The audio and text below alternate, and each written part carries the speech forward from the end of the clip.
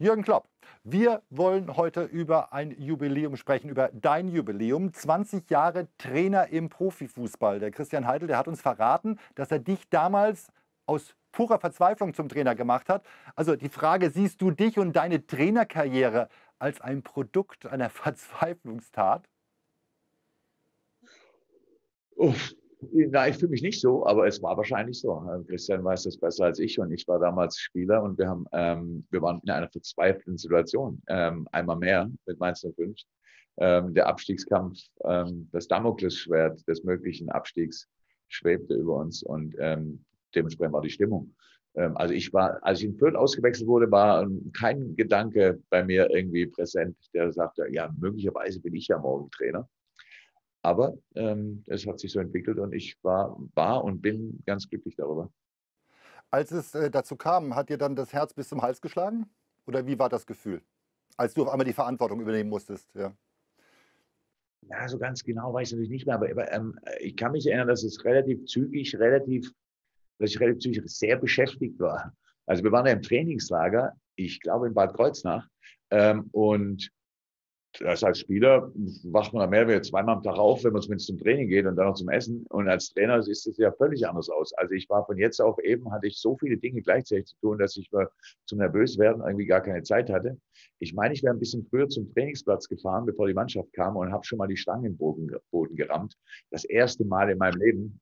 Und was ich gemerkt, ich habe damals, habe ich ja ein paar Mal gesagt, im Laufe dieses Tages, so diese 2 Tage bis zum ersten Spiel, habe ich das Gefühl gekriegt, ich war in meinem Leben noch nicht so gut vorbereitet wie auf das. Und ich war relativ sicher, ja, dass ich das einigermaßen hinkriegen würde. Das ist das Selbstvertrauen der Jugend. Ja? Schauen wir mal zurück im Rückblick auf Mainz 05, auf die Zeit. Was ist da hängen geblieben? Da gibt es verschiedene markante Punkte. Klar, erstmal der Aufstieg mit Mainz 05. Aber was ist darüber hinaus für dich einschneidend? Stichwort Freunde oder Verbundenheit, die sich da entwickelt hat. Was bleibt da jetzt in der Rückschau so am meisten haften? Ja, ich habe es gar nicht so lange her, ist mir das irgendwie aufgefallen, dass es ja viel erfolgreicher Trainer gibt als mich.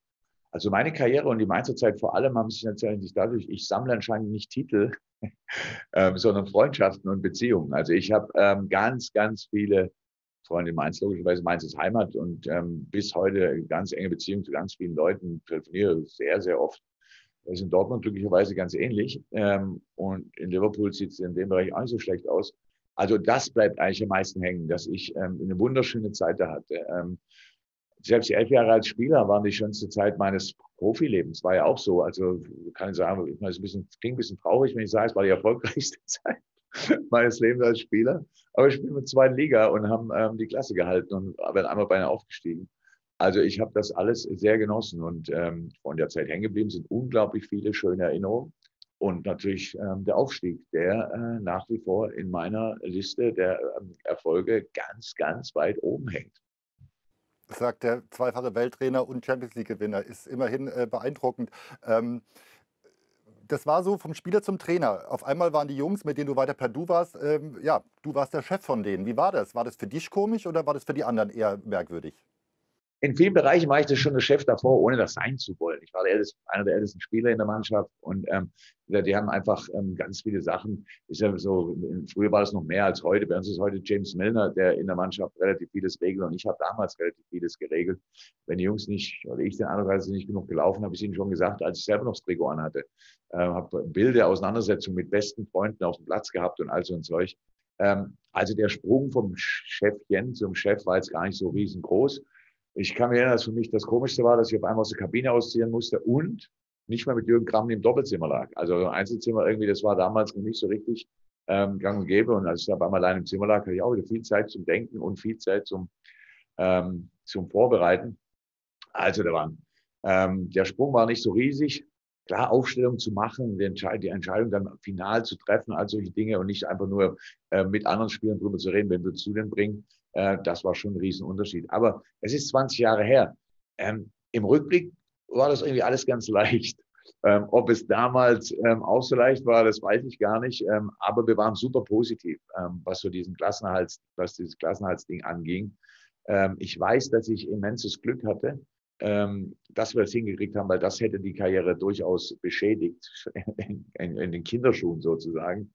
Und ich hatte großes Glück, eine außergewöhnliche Mannschaft zu haben. Das waren einfach tolle Kerle, sind es bis heute. Im Sommer war ja irgendwie kein richtiger Urlaub und so weiter, war ich mal kurz 2 Wochen in Mainz. Und dann haben wir uns zum Frühstück getroffen mit Dimo Bache und Christoph Babat samt Frauen. Also immer noch richtig gute Kerle. Und wenn wir es gedurft hätten, haben wir uns auch mit mehr Leuten getroffen, aber es war ja nicht erlaubt. Dann kam ja der Abschied und der war ja auch sehr emotional. Ja? Also wenn du darauf zurückblickst, was schießt dir da direkt in die Adern oder in den Kopf? Also diese Geschichte unten vom Theater. Es ist witzigerweise, ich bin ja immer noch, das Leben eines Fußballtrainers hatte durchaus einsame Momente. Ich bin ja relativ viel im Hotel und ich hänge auch gerne dieser Zeit ein bisschen nach. Und es kommt gar nicht so selten vor, dass ich mir alte Videos angucke aus Mainzer Zeiten. Ja, und wenn ich es dann sehe, habe ich immer noch feuchte Augen. Also, weil das einfach war, ich wollte nicht reden, ich habe ja auch nicht großartig geredet, ich habe mehr geschluchzt, aber es war dann einfach dem Anlass entsprechend. Die Leute waren ja genauso drauf irgendwie. Alles, was ich bin, alles, was ich kann,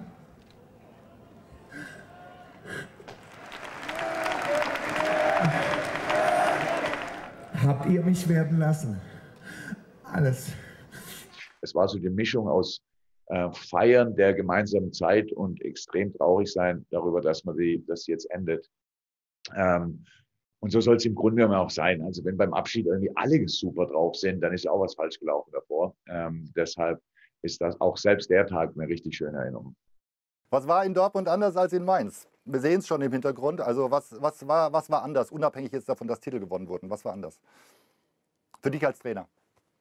Am Anfang alles, am Ende ganz wenig. Sagen wir es mal so. Es hat sich irgendwie, wir haben uns alle auf dem Mainzer Niveau, was die zwischenmenschlichen Beziehungen anging, irgendwie, will ich nicht sagen, runtergesoffen, aber hinentwickelt. Und deshalb war das natürlich am Ende auch sehr, sehr schwer, als ich da gegangen bin. Aber die Zeit in Dortmund war echt auch eine ganz tolle. Auch da viele Freunde gefunden. Aber der Verein hat natürlich ganz andere Voraussetzungen, bis heute ganz andere Voraussetzungen. Und wir waren zwar damals, als wir ankamen, nicht so gut, aber das Witzige ist ja, wenn du aus Mainz kommst und man geht nach Dortmund, also in Mainz bist du ja gewohnt, du musst irgendwie ablösen, oder damals, wir mussten irgendwie ablösefrei verpflichten. Wir waren ja die Mannschaft der Spieler, die ihre zweite oder dritte Chance irgendwie versucht haben zu nutzen. Und dann kommst du nach Dortmund und die sagen mir, ja, weil ich habe gar nicht gefragt in den Verhandlungen, wie viel Geld haben wir zur Verfügung, was können wir machen, wie viel können wir ausgeben und so weiter, habe ich gar nicht gefragt. Dann komme ich an und dann ging es los. Ja, also wir haben hier einen Innenverteidiger, der ist irgendwie, soll so die wollen den für 8 Millionen verkaufen, wir bei 6 schlagen wir zu. Ich gucke mir den Innenverteidiger an, denke erstmal die Summen, wow, gucke mir den Innenverteidiger an, so wie 6 Millionen für den. Nee, machen wir nicht. Neven Subotic, was kostet der denn? Ja, 5 Millionen und so weiter. Und dann war das schon richtig viel Geld für uns. Und also für Mainzer Verhältnisse und für die Dortmunder, die haben so gedacht, da haben wir wirklich nicht viel zur Verfügung. So. Wir waren gewohnt, aus dem, was man so hat, das Beste zu machen. Und das haben wir in Dortmund auch versucht. Kann man auch Glück gehabt, ganz tolle Spieler zusammengekriegt da und waren schon gute da, ein paar gute dazugeholt, Junge dazugeholt. Man hat halt auch einen Riesenspaß da 7,5 Jahre, muss man wirklich, oder 7 Jahre, muss man wirklich sagen. Bist du da so ein bisschen als Trainer erwachsen geworden? Hast du das Gefühl, jetzt bin ich wirklich da und etabliert? Ich weiß nicht, ob ich erwachsen geworden bin überhaupt, um ehrlich zu sein. Also ich warte da möglicherweise auch immer noch so ein bisschen auf den Moment. Aber ich bin in eine Rolle reingewachsen, die natürlich eine andere war. So, Mainz war ja mit Christian und mir war ja so eine Zwei-Mann-Show in vielen Bereichen. Und nicht, haben ganz viele Leute unglaublichen Job gemacht, aber so transfermäßig war es ja so, dass im Grunde genommen haben wir alle einen Stapel DVDs gehabt und haben Spieler geguckt. Jetzt nach Dortmund kommst du dann, das ist eine Scouting-Abteilung. Auf einmal musst du mit ganz vielen Leuten diskutieren, musst ja überzeugen, musst denen sagen, warum ich den Spieler so toll finde. Und obwohl die anderen den auch 4 Stunden lang geguckt haben in zusammengeschnittenen Videos und sagen, bin mir nicht so sicher. So, ich muss mich weiterentwickeln. Du musst dich der Qualität der Mannschaft anpassen. Du musst deinen Fußball der Qualität der einzelnen Spieler anpassen. Und dann war Dortmund natürlich auch so nochmal ein anderes Medienspektakel. Sagen wir so, in Mainz hat mich ganz Mainz gekannt und von Dortmund an dann so mehr oder weniger ganz Deutschland.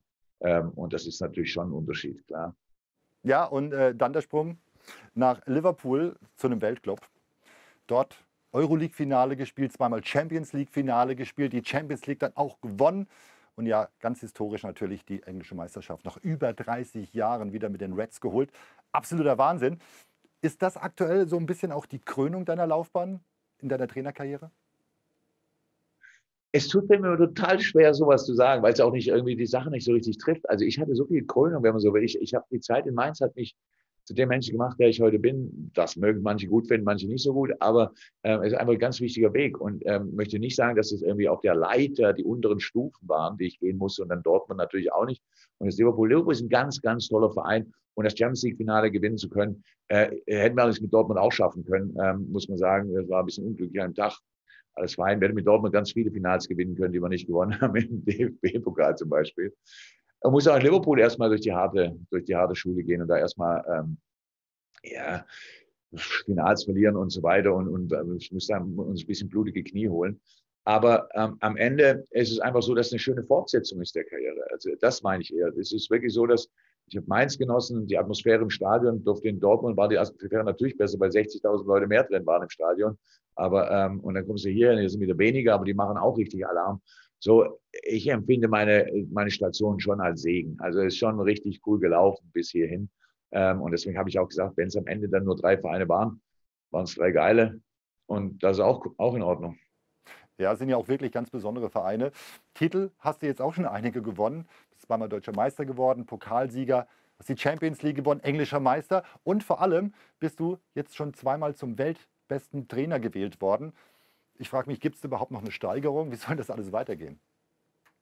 Aber das mit dem Welttrainer ist ja so eine Sache, die ist ja wirklich skurril. Also dies Jahr war es besonders skurril. Normalerweise wird es der das Champions League-Finale gewinnt. Das habe ich ja, ich war ja nicht beim Champions League-Finale. Ich keine Ahnung, wie die Leute da auf die Idee gekommen sind. Offensichtlich sind auf den Fidschi-Inseln, wo die meisten Leute für mich gestimmt haben, gucken die Leute mehr Liverpool als Bayern. Das ist vielleicht das Ding. Da ist jetzt nicht so viel dran an der ganzen Geschichte. Ist eigentlich cool, überhaupt dabei zu sein. Also, weil das heißt ja, dass du irgendwie erfolgreich warst mit deiner Mannschaft und solche Dinge. Was noch kommen soll, da ist noch ganz viel, was kommen kann. Ist ja, also man muss ja nicht unbedingt nur einmal Meister werden im Leben und so weiter. Und die Champions League muss man auch nicht zwingend nur einmal gewinnen. Wenn es dann dabei bleibt, dann ist das auch nicht wahnsinnig, keine Riesenkatastrophe, aber weiter zu probieren, finde ich, macht schon irgendwie Sinn. Ja, und es ist natürlich so, dass sich die Situation holt dich auch immer wieder ganz, ganz schnell ein, weil bist du noch vor ein paar Monaten bist du Meister und ein paar Wochen später, jetzt in dem Moment, kämpfen wir einfach darum, in die Champions League zu kommen und das ist auch komplett in Ordnung. Aber eine Karriere bewertet man dann, wenn sie rum ist und sie ist ja noch nicht rum, ist nur schon ziemlich lange irgendwie und deshalb für den Moment ist alles okay, aber wir haben schon noch ein bisschen was im Köcher an Energie und würden schon gerne noch ein bisschen was irgendwie dazu gewinnen. Wenn man in England alles gewinnt, was man gewinnen kann, bleibt ja am Ende irgendwann entweder der Ruhesitz in der Kapellenstraße oder höhere Aufgaben. Also ganz Deutschland wird immer wieder darauf angesprochen. Ganz Deutschland wünscht sich Jürgen Klopp irgendwann mal als Bundestrainer. Ich weiß, du hörst die Frage nicht so gerne, aber trotzdem steht sie im Raum. Muss ja nicht morgen sein. Ihr wird ja auch nicht sein. Also das ist im Sommer wird man mich in Deutschland sehen, im Urlaub. Und ich hoffe, dass das geht bis dahin, um ehrlich zu sein. Hoffe ich sehr. Und dann, ja, halt nicht bis 2024, habe ich, glaube ich, Vertrag, wenn mich alles täuscht. Hier in Liverpool. So was danach geht, habe ich auch schon oft gesagt. So, wenn jetzt, ich weiß nicht, ob er in diesem Beitrag da irgendwie alte Bilder zeigt, dann wird den Leuten auffallen, der Kloppo ist älter geworden. Und der Kloppo wird das nicht machen, bis er noch viel älter aussieht. Also dementsprechend ist er keine Pläne. So ist ja ganz schön, dass Leute möchten, dass ich Bundestrainer werde. Aber in den nächsten 3 Jahren haben so viele andere Trainer dann die Chance, gewollt zu werden als Bundestrainer, dass da möglicherweise dann für mich gar kein Platz da ist, wenn ich dann Zeit habe. Also ist alles gut, so wie es ist.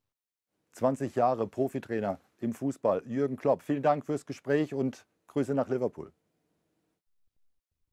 Sehr gerne.